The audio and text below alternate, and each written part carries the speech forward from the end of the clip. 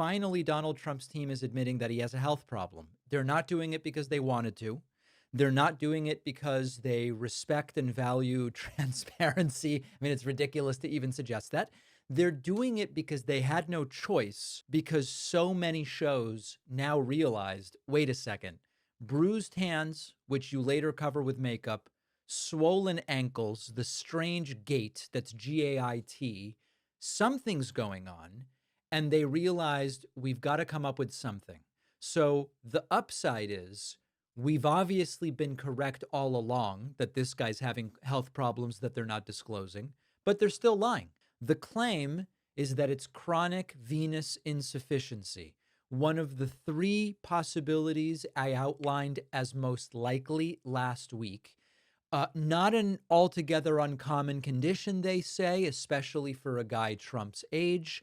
Blood is not returning fast enough from the legs.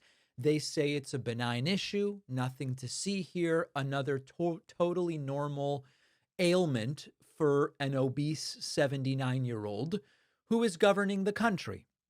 The problem is this explanation isn't really landing.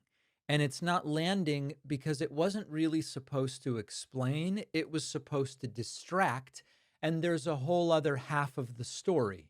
The hand bruises, they are saying at the White House, aren't related to the swollen ankles.